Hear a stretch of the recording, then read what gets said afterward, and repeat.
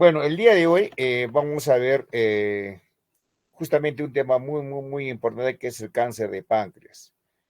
Como sabemos nosotros de todos los cánceres de las vías biliares, este es un cáncer muy agresivo, de mal pronóstico, por más que, por ejemplo, depende de más que todo del tamaño. Entonces, a veces se dice que menos de medio centímetro, mayor de 1 centímetro. Entonces, obviamente, estas condiciones de repente quizás van a tener una influencia directa. Entonces, pero una vez que ya se consolidó, obviamente, este cáncer de páncreas, obviamente el pronóstico es malísimo. Entonces, yo justamente tengo ya conocimiento, obviamente, con otras revisiones de otros artículos científicos que justamente he visto cómo ha habido recidivas de tumores que lo han operado, obviamente con tumores menos de 2 milímetros, 3 milímetros, y realmente tiene mal pronóstico.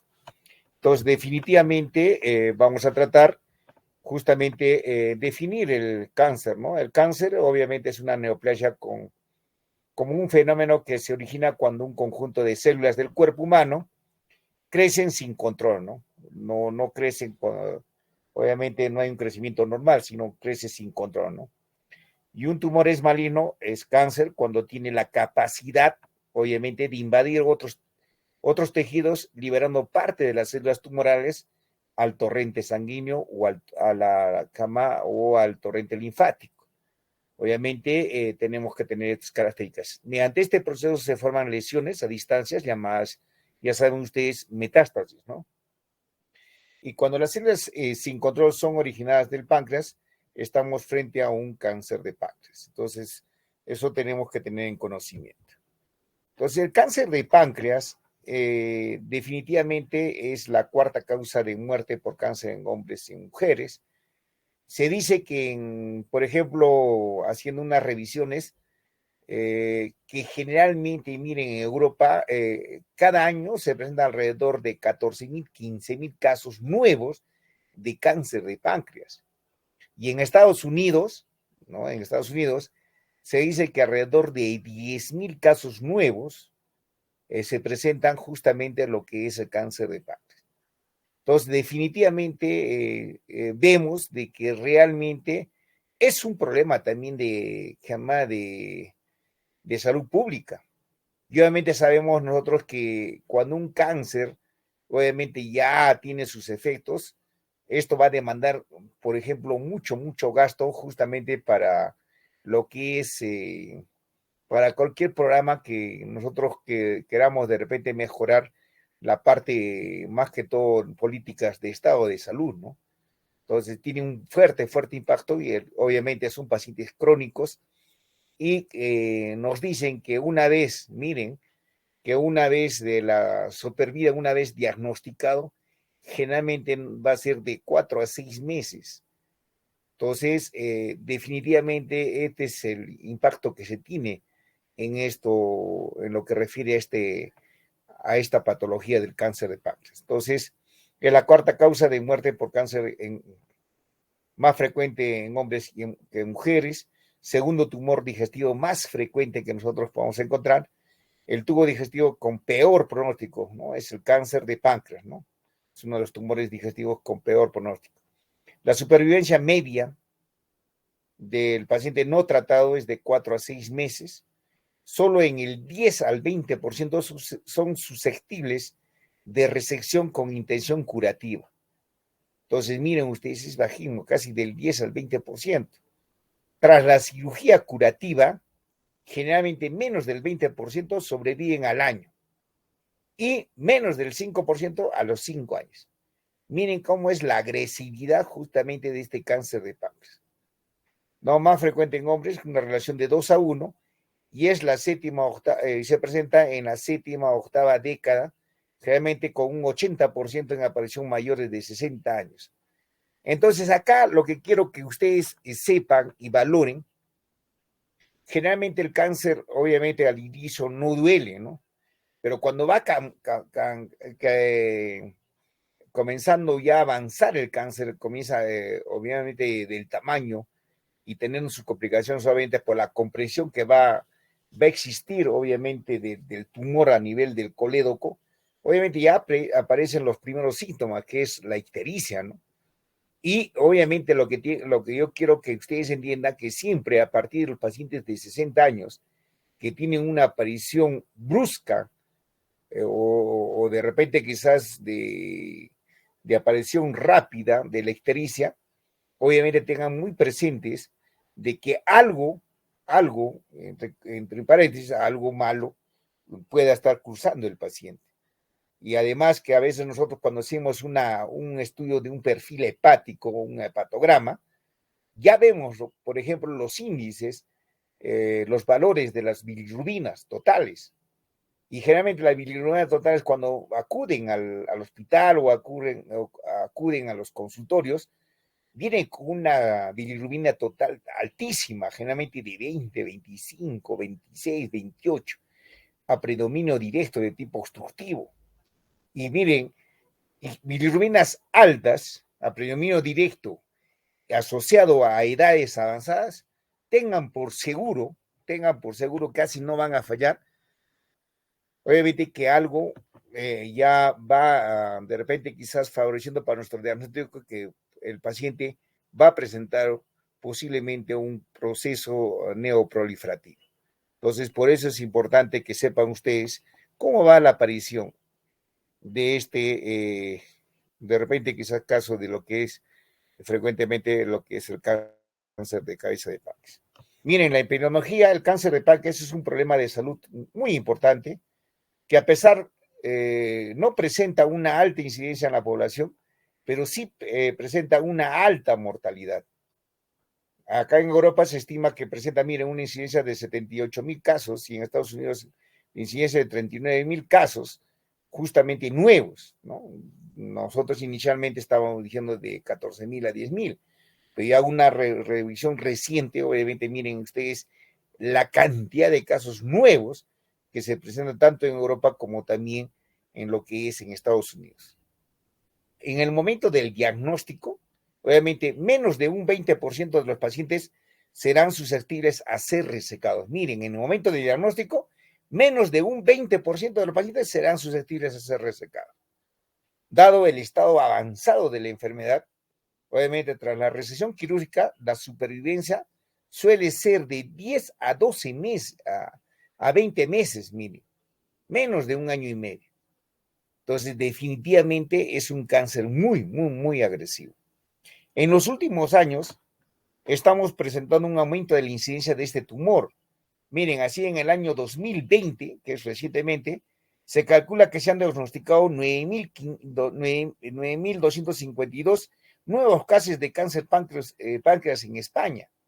Además, en el 2020, este tumor constituyó la cuarta causa de muerte por cáncer también en España. Y obviamente con 7,427 fallecimientos por este tumor. Miren cómo se está teniendo ya un impacto de esta patología.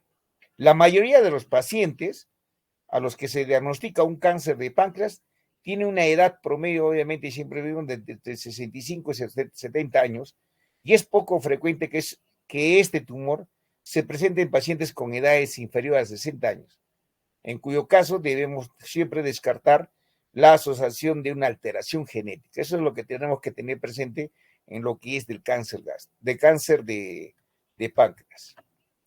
Entonces, acá tenemos qué cosa, los tumores pancreáticos. Tenemos tumores pancreáticos no endocrinos y tumores endocrinos.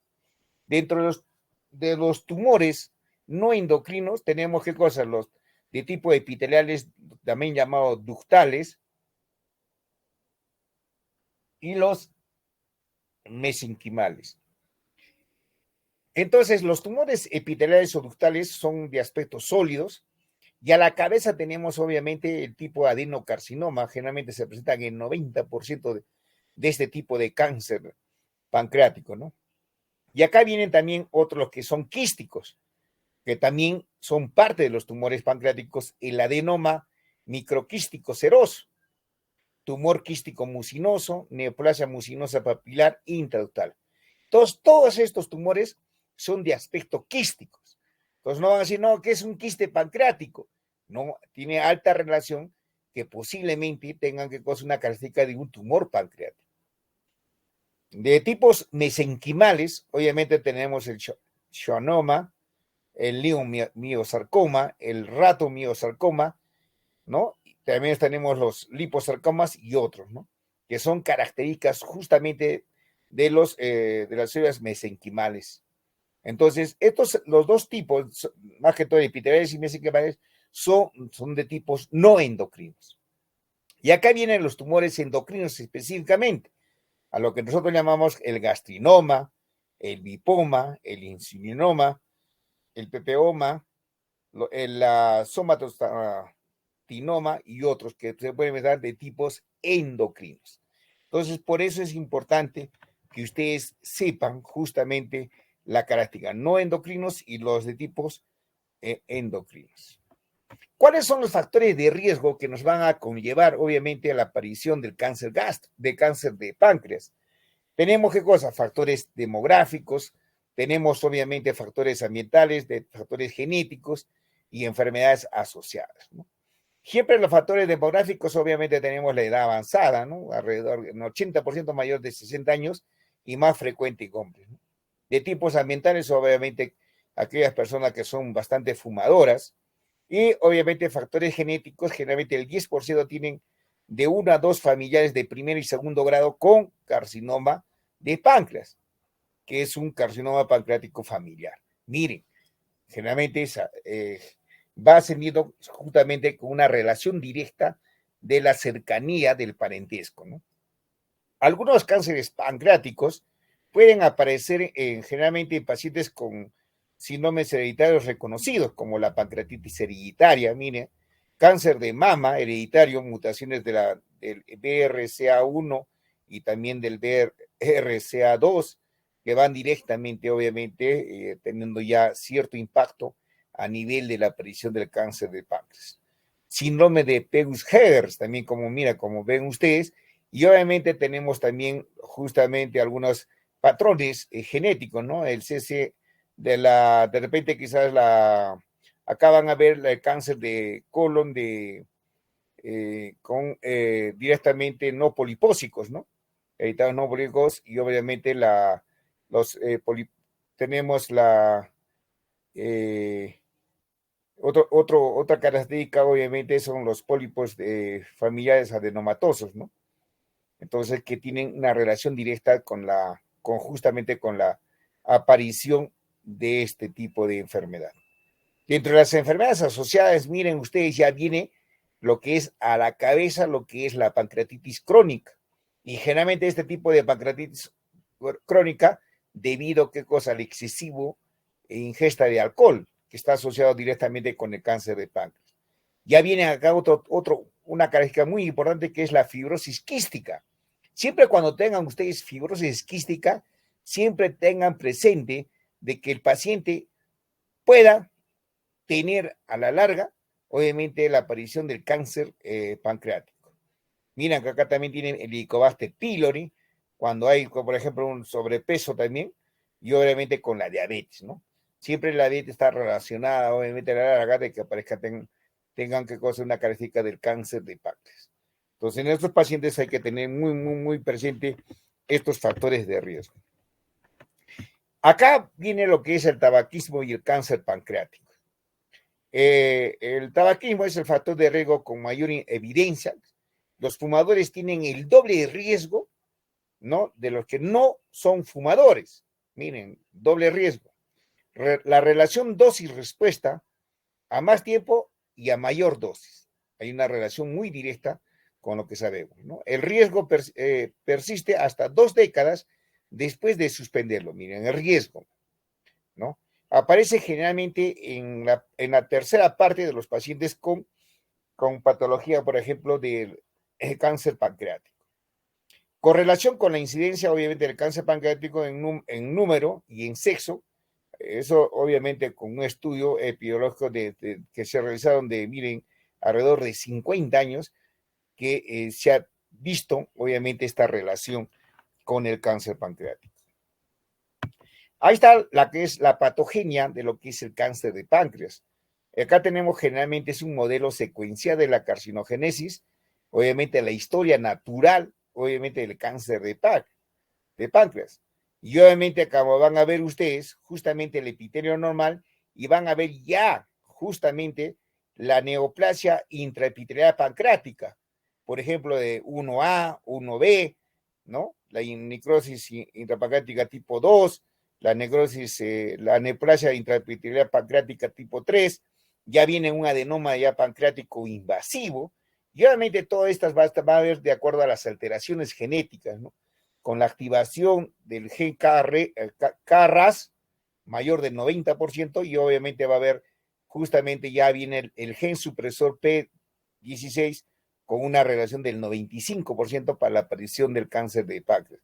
Siempre van a ver ustedes, ¿no? La activación del gen KRAS, y obviamente tanto del gen supresor P16 y también la inactivación, obviamente, del gen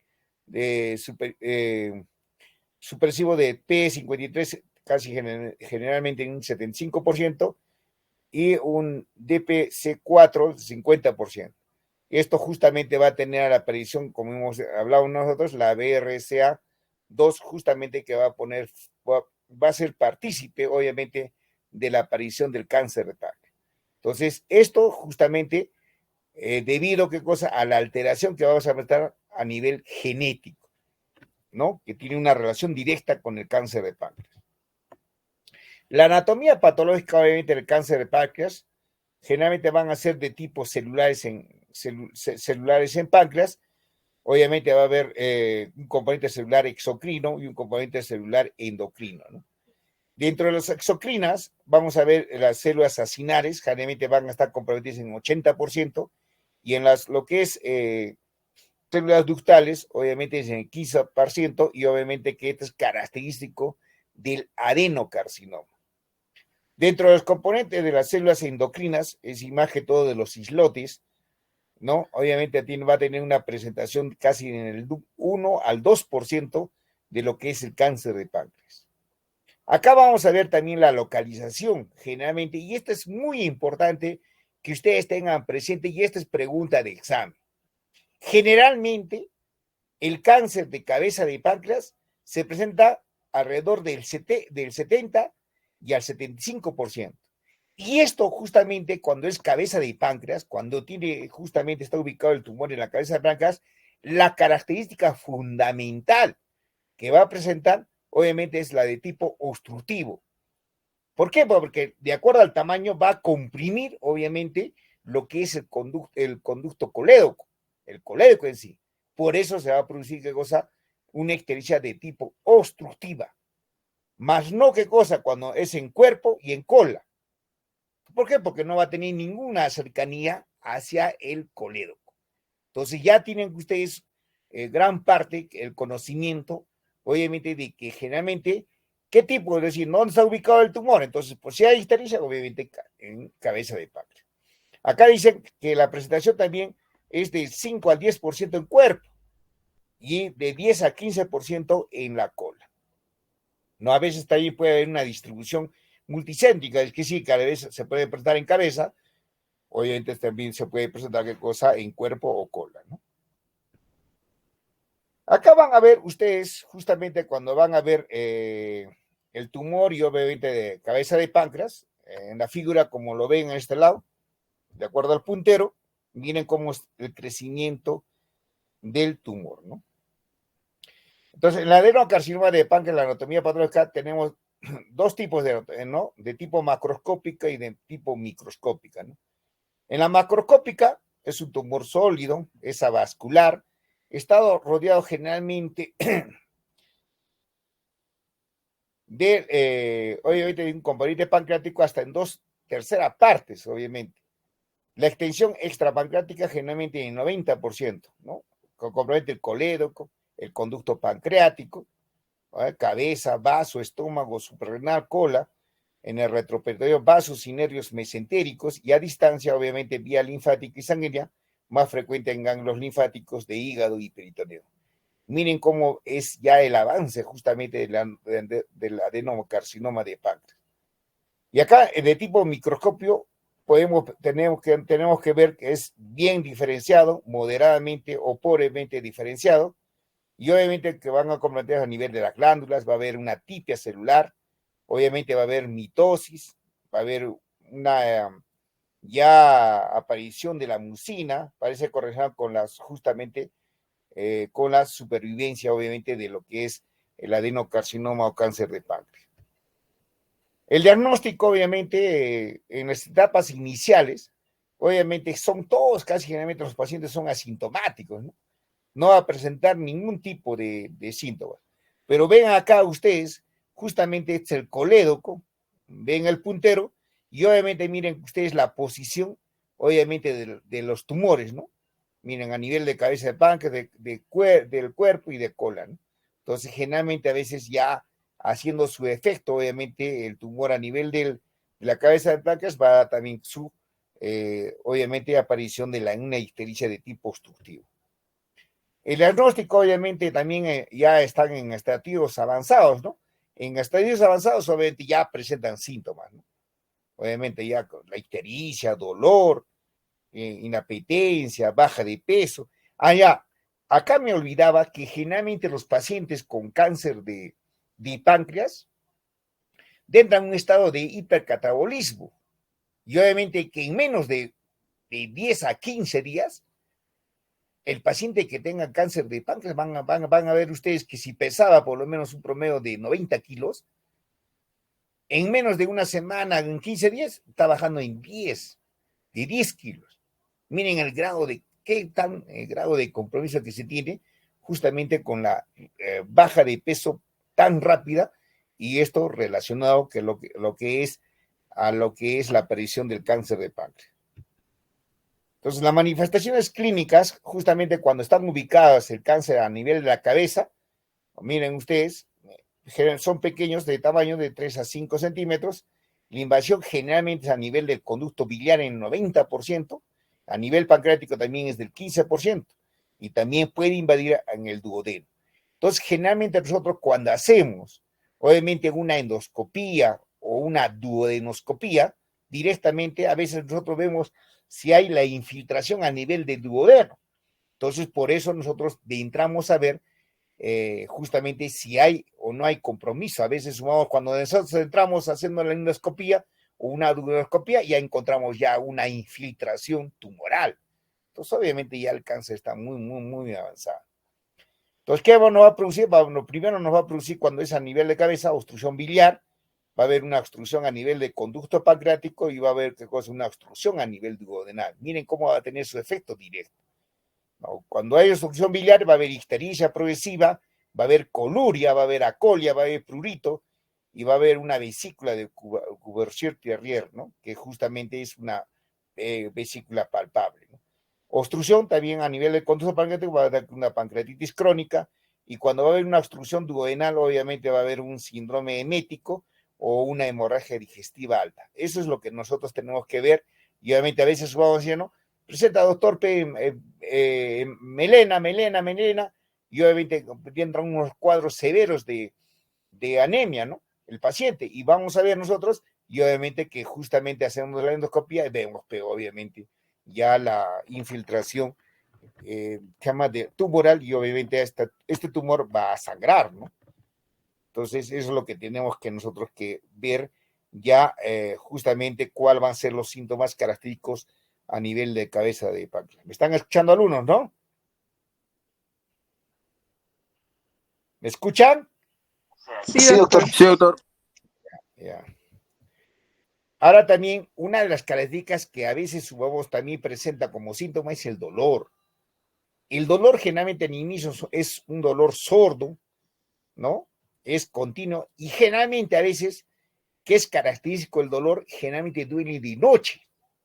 Entonces el dolor es nocturno, cuando es justamente de cabeza de páncreas. No es un dolor de tipo abdominal alto, irradiado a espalda o al dorso, empeora por la noche, como saben ustedes, y generalmente en decúbito supino, ¿no? Mejora con la anteflexión, obviamente cede mal con analgésicos, causas obviamente ya debido a la invasión de plexos nerviosos o también a veces cuando hay una obstrucción a nivel de los conductos, ¿no? Esas son las características que van a tener obviamente cuando presentan obviamente el dolor, ¿no? Cuando hay a nivel de cuerpo y cola, ¿no? ¿Cuáles son las características clínicas? No son de mayor tamaño, obviamente va a haber infiltración generalmente al estómago, al colon, ¿no? Van a haber una infiltración vascular al mesenterio, al esplénico y a la porta. Y obviamente también una infiltración del sistema nervioso al plexo celíaco y mesentero. Entonces, miren ustedes cómo va también a tener su repercusión, obviamente, el tamaño a nivel del tumor, a nivel del cuerpo y de cola, ¿no? Se puede palpar qué cosa, una masa abdominal, ¿no? Va a haber hemorragia, va a haber anemia, va a haber una obstrucción colónica debido al tamaño también del tumor. Puede aparecer qué cosa, hemorragia digestiva alta por varices gástricas, obviamente acompañada de trombosis de la vena esplénica. Puede haber infarto esplénico, ¿no? Debido a la lesión venosa o la de tipo arterial, ¿no? Y el dolor, obviamente, más está irradiado a la espalda, ¿no? ¿No? A la espalda, ¿no? Cuando es cuerpo y cola. Y hay una cosa que son manifestaciones clínicas no dependientes de la locación, como es el síndrome constitucional, ¿no? Que es debido a qué cosa, ya un problema más amplio, ¿no? Multifactorial. Va a haber astenia, va a haber anorexia, pérdida de peso, como hemos hablado. Va a haber una manifestación sistémica como tromboflebitis migratoria, generalmente en el 10%, paniculitis también va a haber alteraciones psiquiátricas, obviamente característicos de un síndrome depresivo, ¿no? Entonces, en estos pacientes a veces vamos ya por el impacto que tiene y ya como la persona ya a veces se autoinforma ahorita, obviamente cuando le dicen, mira, usted tiene un tumor en el páncreas, va directamente a internar, ¿no? Y comienza a revisar. Y esto va a conllevar, ¿qué cosa? Como saben que es un tumor muy, muy, muy agresivo, comienza a presentar, ¿qué cosa? Un síndrome depresivo. Obviamente la diabetes mellitus de inicio reciente, mayores de 50 años, ¿no? Tienen una afectación directa, obviamente pancreatitis aguda, ¿no? Antecedentes familiares, obviamente también tenemos que tener mucho cuidado, ¿no? Pancreatitis crónica de tipo obstructiva, ascitis, mira, va a presentar qué cosa, una carcinomatosis peritoneal.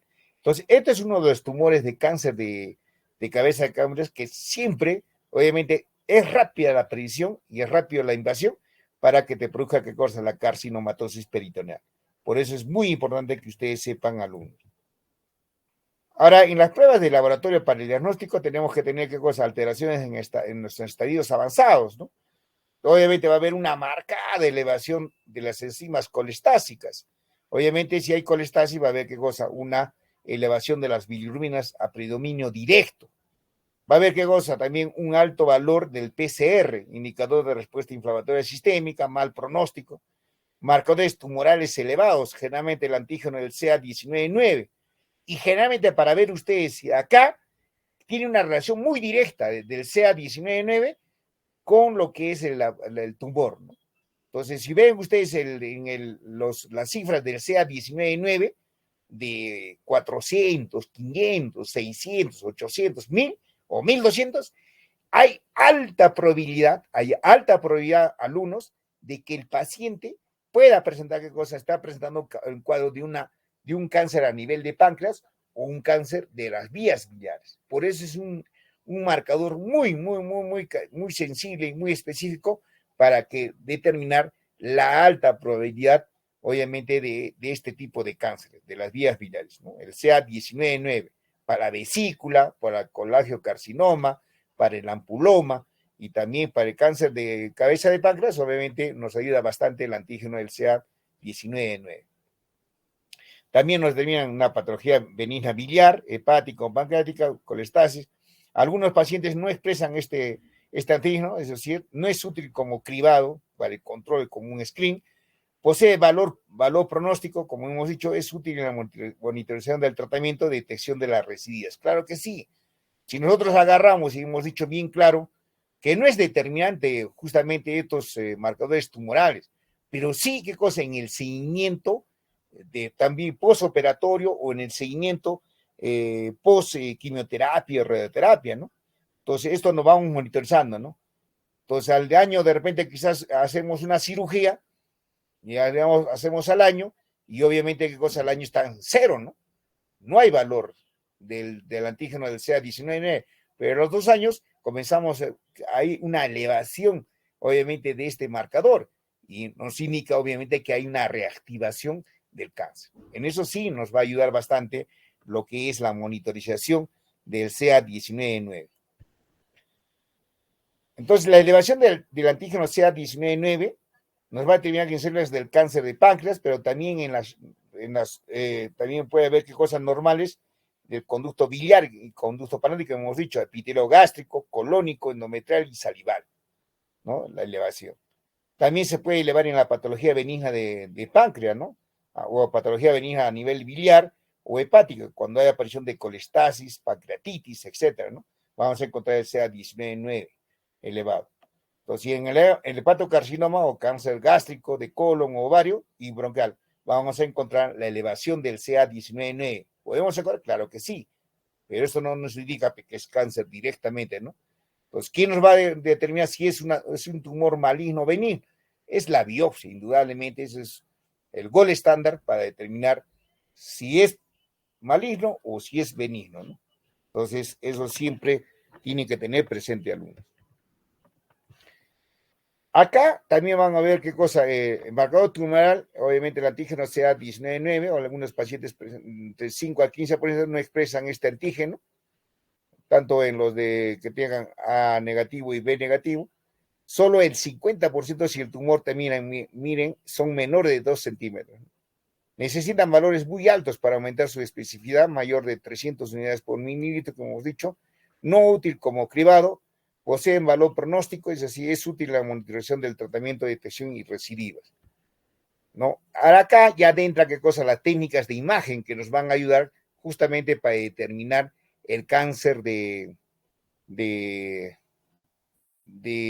páncreas, ¿no? Y acá van a ver ustedes que puede haber qué cosa, justamente las técnicas nos van a ayudar. Primero es la ecografía, ¿no? Que es la más rápida, menos costo. Luego viene la tomografía computarizada, ¿no?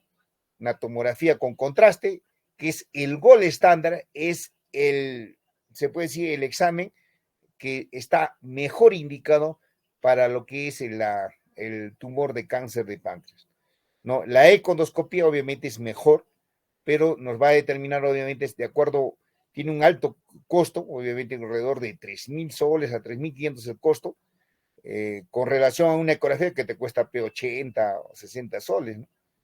Y con una tomografía que también con contraste está costando 450. Entonces, la econdoscopía es más, tiene alta sensibilidad y especificidad en tumores menores de 3 milímetros, 2 milímetros, ¿no?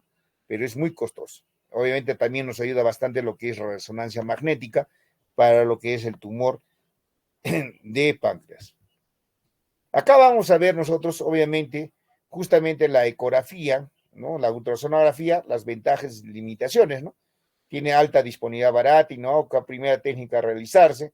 Mira, la sensibilidad, obviamente, y la sensibilidad y la especificidad, obviamente también tienen, casi generalmente llega a la sensibilidad al 95% y permite, obviamente, hacer también un estudio citológico, obviamente, al momento de tomar una biopsia, ¿no? Por función dirigida por la ecografía, ¿no? Limitación, obviamente, de acuerdo al exceso de gas y la obesidad, que son obviamente limitantes especialmente, ¿no? Que nos enfrentamos. Y para el cuerpo y cola, obviamente, ¿no? Requieren completar estudios y vean ustedes, obviamente, que siempre nos va a ayudar bastante lo que es la ecografía, ¿no? Viendo una lesión hipocogénica en cabeza de páncreas que comprime la vía biliar, ¿no? Como ven ustedes acá, ¿no? Este es el tumor que nosotros podemos ver, ¿no? Analizar. Y obviamente acá tenemos que la tomografía y la que hemos hecho la tomografía multicorte con contraste oral intravenoso, ¿no? Que es la primera exploración diagnóstica, se sale con la sospecha clínica ecográfica, técnica de elección para la estadificación, obviamente tiene limitaciones, ¿no? Tamaño menor de 2 centímetros, y obviamente las ventajas son rápidas, permite estudios citológicos por la punción de aguja fina, y contraindicaciones cuando tengan insuficiencia renal o alergias a contraste, ¿no? Entonces siempre vamos a ver también una lesión hipodensa en cabeza de páncreas, ¿no? Y como ven ustedes acá, en el punto, miren ustedes acá justamente el tumor, ¿no? Y este es todo lo que es el páncreas. Y obviamente la econdoscopía, ya hemos dicho nosotros que es la mejor técnica para el diagnóstico de tumores menores de 2 centímetros, 2 milímetros, que digo. Ventajas: detectan lesiones de hasta 2 a 3 milímetros, miren ustedes. Es la técnica con mayor valor predictivo negativo para la detección de cáncer de páncreas. Tiene mayor sensibilidad que la tomografía para la detección de linfadenopatías. Permiten generalmente el estudio también citológico, ¿no? Haciendo también una punción para tomar la biopsia, ¿no? Inconvenientes: no útil para valorar la afectación a distancia, obviamente cuando hay metástasis hepáticas, y a menos que la tomografía, la tomografía para la invasión vascular, ¿no? No se puede realizar si la obstrucción es a nivel duodenal, claro que sí, porque no ayuda, pero obviamente nosotros vamos a entrar y si vemos que hay una obstrucción a nivel del pilo, del duodeno, no vas a poder avanzar. Y hemos dicho qué cosa, que la econdoscopía es tal igual como una endoscopía. Pero ¿qué pasa? De que en la punta tiene, en vez de tener, obviamente, tiene, aparte de la cámara, del lente que vamos a mirar, tiene qué cosa, un borde o como tienen normalmente una corva, ¿no? Tienen obviamente justamente en la parte final, ¿no? Un traductor, ¿no? El traductor obviamente va a identificar obviamente justamente las características. Van a ver a ustedes acá, generalmente miren una parte negra, una parte blanca, una parte negra, una parte blanca, Entonces, ¿esto qué nos determina? Justamente nos determinan las diferentes capas, ¿no? La mucosa, la submucosa. Entonces, por eso es importante, obviamente, este tipo de examen, ¿no? Nos va a determinar hasta dónde está involucrado o hasta dónde está comprometido, qué cosa, el tumor. Por eso es importante. Ya obviamente acá el cáncer de páncreas, la resonancia magnética, ¿no? Que es similar a la tomografía en cuanto a la precisión diagnóstica, pero el costo es más caro, ¿no? Y de más duración más prolongada. La indicación, obviamente, es la contraindicación de la tomografía. Sospecha de un cáncer de páncreas no detectado por la tomografía y no se dispone de ecoendoscopías, y obviamente de acuerdo a las recurrencias que se puede tener en el diagnóstico, ¿no? O recurrencia de quirúrgica. La colangiopancreato resonancia magnética es altamente sensible para el estudio de los conductos biliares y pancreáticos. Y obviamente han desplazado obviamente a los estudios de la CEPRE, ¿no? La colangiopancreático resonancia magnética. Signos indirectos obviamente del cáncer pancreático, ¿no? Y inconvenientes, obviamente, no sirve para realizar el estadiaje, la colangiopancreático resonancia magnética, y no permite el estudio histológico. Estos son también los inconvenientes que se tiene con la resonancia magnética. Y acá van a ver ustedes también la colangiopancreático retroendoscópica, que es la RCP o la CEPRE, ¿no? Signos indirectos: cuando hay infiltración en los conductos biliares y pancreáticos, muy elevada sensibilidad y especificidad, generalmente miren ustedes, 92 y 97%, ¿no? Permite el estudio histológico, claro, que es una citología por cepillado, ¿no? Que también nosotros podemos desarrollar, y obviamente las complicaciones son complicaciones graves, del 7 al 10% pueden producir pancreatitis, hemorragia y también perforación, ¿no? La indicación: si persisten dudas, diagnóstico después de las técnicas no invasivas, obviamente debido también a una ictericia del drenaje endoscópico, ¿no? Esas son las indicaciones que nosotros tenemos que dar para lo que es la ERCP. Diagnóstico diferencial, obviamente, para determinar si es una masa pancreática. Obviamente, cuando hay una pancreatitis crónica focal, ¿no? O una tumoración región ampular, el ampuloma, un tumor a nivel del duodeno, ¿no? Tumor duodenal, puedes también comparar con un linfomas, otros tumores pancreáticos sólidos, también tumores endocrinos, ¿no? Que tenemos que tener para hacer un diagnóstico diferencial de lo que es cabeza de páncreas. Y obviamente el diagnóstico anatomopatológico es la punción de aspiración con aguja fina, ¿no? Lo podemos hacer a través de una aspiración percutánea guiada por eco o una tomografía, la sensibilidad generalmente del 50 al 95%, y la econdoscopía transgástrica o duodenal, la sensibilidad casi generalmente del 80 al 90%, y obviamente tiene una especificidad de ambas, casi generalmente el 100%, ¿no? Que nos ayuda bastante. Un resultado negativo no descarta la existencia de cáncer pancreático, ¿no? Obviamente los riesgos, la posibilidad de diseminación, fístulas, pancreatitis, y la indicación generalmente de lo que es punción, aspiración con aguja fina, es el tumor irresecable, en la que se plantea el tratamiento activo, cuando hay una masa pancreática con dudas sobre su benignidad o malignidad, o puede ser que una pancreatitis crónica con masa, una pancreatitis autoinmune también, y una masa pancreática con sospecha de una neoplasia de tipo linfoma tipo T o un tumor endocrino, o cuando puede haber metástasis, ¿no? Y obviamente el estudio justamente de la pieza quirúrgica, justamente de la punción de aspiración con aguja fina, ¿no? Y obviamente acá siempre van a ver la estadificación del tumor de acuerdo al TNM, ¿no?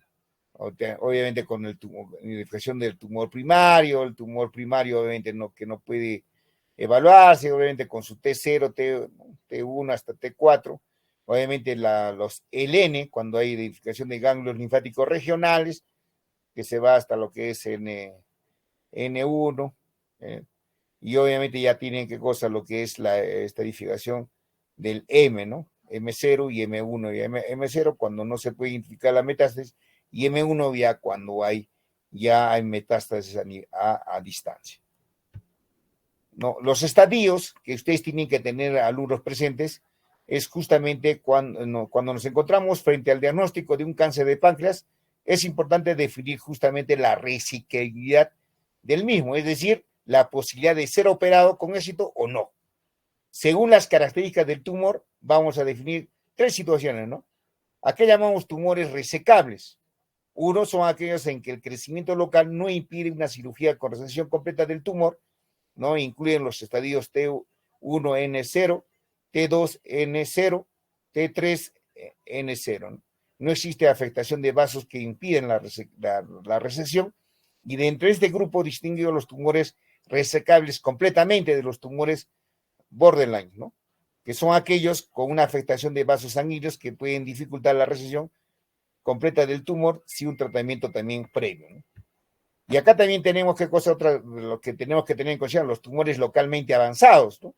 Son aquellos tumores de páncreas que se han diagnosticado cuando el tumor ya invade, los vasos sanguíneos de alrededor, ¿no? Eso obviamente va a haber compromiso a nivel de las arterias, va a haber compromiso a nivel de las venas importantes, ¿no? Siendo imposible una cirugía que elimine la enfermedad por completo, ¿no? Incluyen generalmente los estadios T1, ¿no?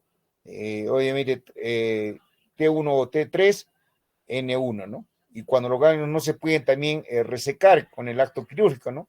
Aquellos tumores T4, N0, ¿no? O N1, ¿no? Eso es lo que tienen que ver ustedes. Y los tumores metastásicos, ya sabemos nosotros, son tumores ya diagnosticados en el momento, que ya han formado la metástasis y no tiene ningún valor la cirugía del tumor localizado, ¿no? En el páncreas, dado la presencia de la metástasis en otros órganos, ¿no? Entonces, por eso es importante justamente el sistema de clasificación para ver justamente si es un tumor resecable, son tumores localmente avanzados o son tumores metastásicos. Y obviamente acá viene lo que es el tratamiento en cáncer de páncreas resecables, estadio 1 y 2, cirugía obviamente con intención curativa. Siempre van a ver ustedes acá lo que es los cirujanos, ¿no? Los cirujanos siempre a veces se dicen, ¿no? Yo realizo obviamente operaciones de Whipple, ¿no? Whipple sí es obviamente, como ya lo va a hacer, hay unos de ustedes que van a querer ser cirujanos, y uno a veces sumamos una de las operaciones más complejas que se tiene, es justamente en la patología del páncreas, ¿no? Es en las operaciones de Whipple, ¿no? Solo el 10 al 20% de cáncer de páncreas de cabeza de páncreas y un 5% en lo que es cáncer de páncreas de cuerpo y cola, ¿no? Que se pueden utilizar. Es una técnica agresiva, es compleja y que requiere obviamente que se realice en centros especializados de referencia, ¿no? Esto no se puede realizar, por ejemplo, en cualquier parte, ¿no? Generalmente a veces ahí cuando ustedes tengan la oportunidad de hacer la residencia tanto en el Revalliati, en Almenara o en el Hospital Nacional de Arequipa, de Cusco, sí tienen que cosa, hay equipos, obviamente, de la unidad de páncreas. Entonces, ellos sí lo pueden realizar, son todo un equipo, ¿no? Que justamente van a tratar específicamente todas las patologías del páncreas, ¿no? En estos casos la mortalidad es baja, el 5%, la morbilidad se está generalmente 30, 40%, y la supervivencia a los 5 años, miren ustedes, menos del 10%, y la media generalmente está entre el 10 a 20 meses. ¿Sí? Tasa de recidivia generalmente son 80% a los 5 años, el 80% en los 2 primeros años, ¿no? Y obviamente siempre va a haber tiene que ir acompañado de un tratamiento adyuvante, después de la cirugía, obviamente la quimioterapia. Y acá vamos a ver qué cosa, justamente el tratamiento en cáncer de páncreas irresecable, estadios 3 y 4, ¿no? Generalmente acá vamos a utilizar el tratamiento paliativo, ¿ya? Paliativo. Entonces, ¿cuándo utilizamos el tipo paliativo? ¿Qué utilizamos? Localmente avanzado con metástasis, realizamos nosotros obviamente la quimioterapia. Cuando hay obstrucción biliar, hacemos un tratamiento endoscópico, ponemos qué cosa, prótesis, ¿no? Directamente con el endoscopio o también de tipo radiológico, hacemos qué cosa, una prótesis transcutánea, ¿no? Prótesis a tipo quirúrgico, ¿no? Entonces, ¿en qué consiste esto? Hacemos un drenaje del conducto, se puede decir, del colédoco, con la parte externa, obviamente con la piel, ¿no? Para eso son, ¿qué cosas? Son derivaciones biliares externas o derivación biliar que nosotros podemos ver. Y a veces sumamos el paciente, hagamos justamente, ubicamos con la ayuda del tomógrafo o del ecógrafo, inmediatamente ubicamos el conducto tanto intrahepático, o puede ser el hepático izquierdo o derecho o el hepático común, introducimos obviamente nosotros un catéter y obviamente ponemos una sonda, ¿no? Una sonda que va a tratar de que fluya la bilis a través de este conducto, ¿no? Entonces son las derivaciones biliares externas, ¿no? ¿No? Que nos ayuda bastante, ¿no? Cuando nosotros no podemos poner qué cosa a través de lo que es el endoscopio, no podemos poner prótesis. Pero sí, realmente nosotros, cuando el estadio obviamente identificamos que casi generalmente compromete obviamente el crecimiento del tumor casi en el 40-50%, la luz del colédoco sí nos va a ayudar justamente la colocación de prótesis tanto de plástico como también de catéteres o prótesis de tipo metálico.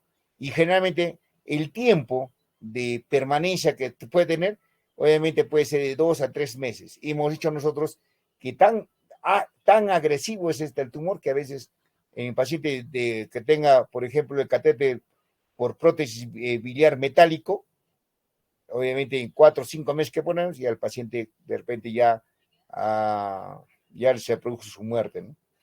Ahora, cuando hay obstrucción duodenal, hacemos la derivación quirúrgica o endoscópica, ¿no? A través también de la prótesis, que nos ayuda bastante a lo que es el tratamiento paliativo. Y cuando el dolor no es controlable con fármacos, obviamente acá sí ya interviene lo que es la terapia del dolor, que a veces son muy, muy, muy, muy buenos los anestesiólogos. Dentro de la anestesiología, obviamente hay personas o anestesiólogos que se dedican solamente a lo que es la terapia del dolor.